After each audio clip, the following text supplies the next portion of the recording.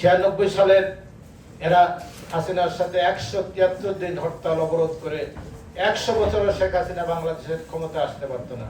সেদিন যদি জামাত সহ এরা যদি শেখ হাসিনার পক্ষে না থাকতো, বাদশাহ খালেদ সর্বসম্মতিক্রমে ওয়াইসির সম্মেলনে এই বাংলাদেশের শ্রমবাজার সৌদি আরব সহ মধ্যপ্রাচ্যের জন্য করে দেয়। উনি বাংলাদেশের প্রথম সেই ম্যান পাওয়ার মিনিস্ট্রি করেন এবং বিনা পয়সায় সৌদি আরব সহ মধ্যপ্রাচ্যে মানুষের যাওয়ার ব্যবস্থা করে দিয়েছিলেন শহীদ প্রেসিডেন্ট জিয়া রহমান।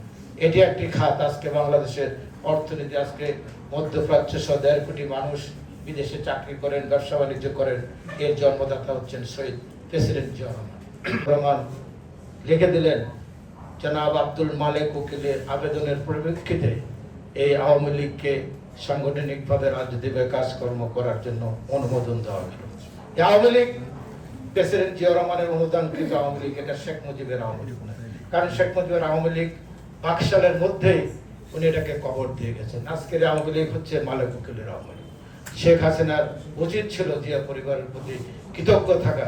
জিয়া রহমান যদি আওয়ামী লীগকে এই অনুমতি না দিতেন তাহলে জিয়া রহমানের মৃত্যু হতো না, শেখ হাসিনা বাংলাদেশে আসতে পারতেন।